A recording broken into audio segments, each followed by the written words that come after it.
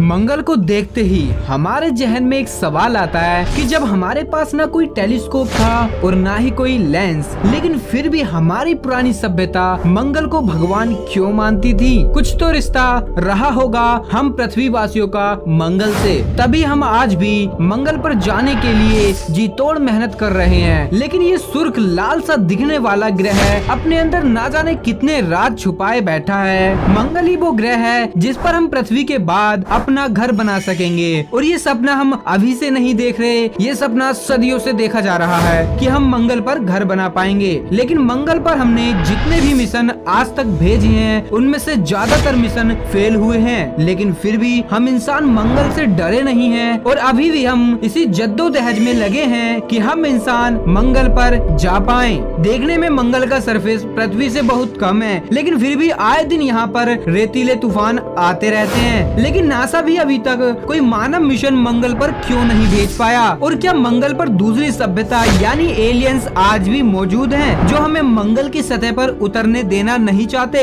तभी हमारे probes and lunar मंगल की सतह या एनवायरनमेंट में जाते ही रहस्यमय तरीके से गायब हो जाते हैं या फिर डिस्ट्रॉय हो जाते हैं। जानेंगे सब कुछ आज के इस मजेदार वीडियो में, तो वीडियो को लाइक करना ना भूलें। रोमन सभ्यता में मंगल ग्रह को देवता के रूप में माना जाता था और मंगल की पूजा भी की जाती थी। मंगल का नाम युद्ध के रोमन देवता पर रखा गया था। उन्हें लगता था कि युद्ध के समय मंगल उनकी मदद करेगा, इसलिए युद्ध से पहले मंगल की पूजा की जाती थी ताकि मंगल उनको युद्ध की रणनीति समझा सके। मंगल को रोमन सभ्यता में ही नहीं बल्कि हिंदू धर्म में भी भगवान के समान दर्जा दिया गया है। लेकिन अभी भी कुछ ऐसे सवाल हमारे पास मौजूद हैं कि जब हम मंगल के बारे में इतना सब कुछ जानते हैं तो पास्ट में हमारा कुछ न कुछ तो रिश्ता मंगल से रहा होगा, क्योंकि मंगल ग्रह का जिक्र हमको अलग अलग धर्म ग्रंथों में देखने को मिल जाता है। ऐसा तो नहीं कि मंगल ग्रह से कोई इंटेलिजेंट सिविलाइजेशन आई थी और हम पृथ्वी वासियों को ज्ञान, धर्म और इंटेलिजेंस की ओर बढ़ावा देकर गए हों, लेकिन ये सब अभी तक की अवधारणाएं हैं। लेकिन जब धीरे धीरे समय बीतता गया तब हम मंगल को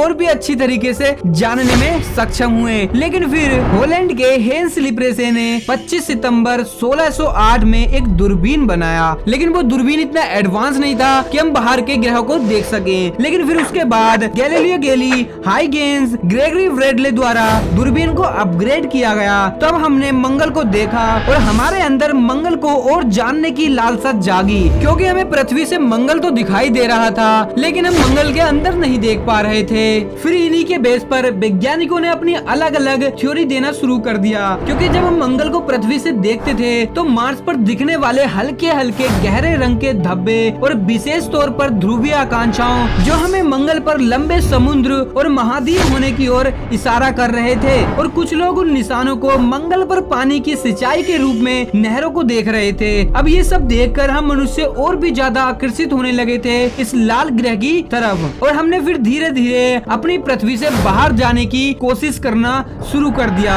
और फिर हमने एक ऑर्बिटर बनाया जिसको 10 अक्टूबर 1960 में सोवियत यूनियन ने 1M नंबर 1 स्पेसक्राफ्ट को लॉन्च किया, लेकिन ये स्पेसक्राफ्ट पृथ्वी के ऑर्बिटर से निकलने में ही फेल्ड हो गया। और फिर 14 अक्टूबर को 1M नंबर 2 को सोवियत यूनियन द्वारा ही लॉन्च किया गया, जो कि हमारी पृथ्वी के ऑर्बिटर में ही दोबारा से फेल हो गया। ऐसे ही ये सिलसिला लगातार 4 सालों तक चलते रहा और मिशन फेल होते रहे। लेकिन फिर 28 नवंबर 1964 को नासा ने मेरिनर 4 नाम के एक स्पेसक्राफ्ट को लॉन्च किया।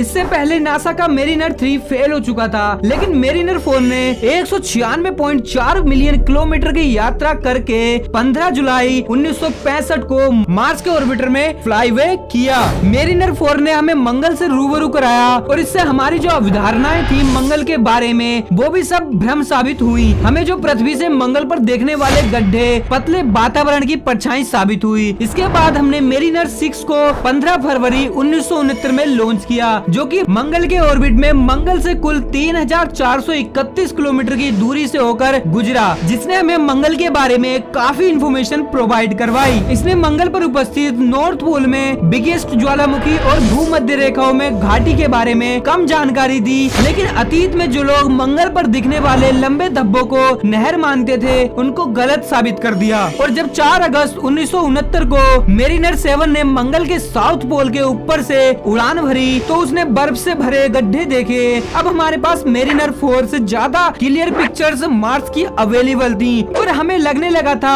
कि मंगल के पतले वातावरण के कारण हम मंगल की सतह पर आसानी से उतर सकेंगे, लेकिन ऐसा कुछ नहीं था क्योंकि ये बहुत ही हार्ड काम होने वाला था। लेकिन नासा ने हार नहीं मानी और नासा के वाइकिंग 1 ने 20 जुलाई 1976 को मार्स पर सफलतापूर्वक लैंडिंग करी और हम मानव सभ्यता ने एक अपनी अलग ही हिस्ट्री क्रिएट करी। और हमने वाइकिंग 1 से मंगल पर पायरोलाइटिक रिलीज एक्सपेरिमेंट किए ताकि हम मंगल पर वाटर, कार्बन कंटेनिंग और एटमॉस्फेयर में carbon monoxide and carbon dioxide की प्रेजेंस का पता लगा सकें। और साथ ही हमने गैस एक्सचेंज एक्सपेरिमेंट भी किए ताकि हम मंगल पर गैसेस का भी पता लगा सकें, जैसे oxygen, carbon dioxide, nitrogen, hydrogen, methane आदि। लेकिन हमें बाइकिंग 1 से कुछ संभव परिणाम नहीं मिल पा रहे थे, इसलिए हमने बाइकिंग 2 को लॉन्च किया।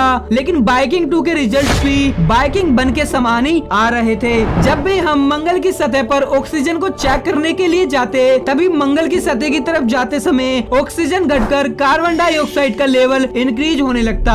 हमें अब तक ये तो पता चल चुका था कि हमारा नेक्स्ट घर मंगल पर होने वाला था, लेकिन पॉसिबिलिटी कुछ और ही बता रही थी। इसलिए नासा ने साल 2018 में इनसाइट नाम के लैंडर को लॉन्च किया, जो कि interior exploration using seismic investigation, geodesy and heat transport, geophysical monitoring system नाम रखा गया, जिसका सीधा सा काम था मंगल पर होने वाली भूगर्भ में हो रही हलचल एंड स्ट्रक्चर्स ऑफ मार्स आदि को समझने के लिए इस मिशन को लॉन्च किया गया था। लेकिन इनसाइट ने 7 दिसंबर 2018 को सेट्स के साथ मंगल ग्रह की हवाओं की आवाज को रिकॉर्ड किया, जिसे हम मानव आसानी से सुन सकते थे।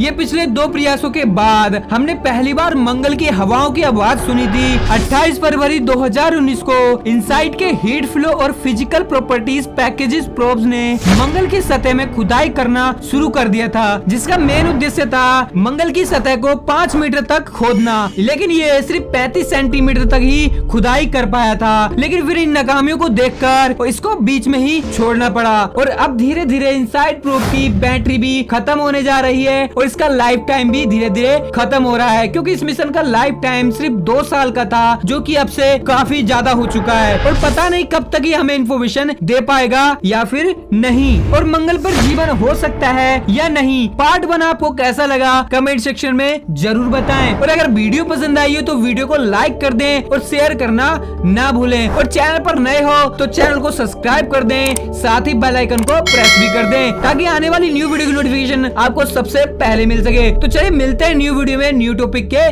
साथ। जब तक के लिए be alert, be happy, be curious.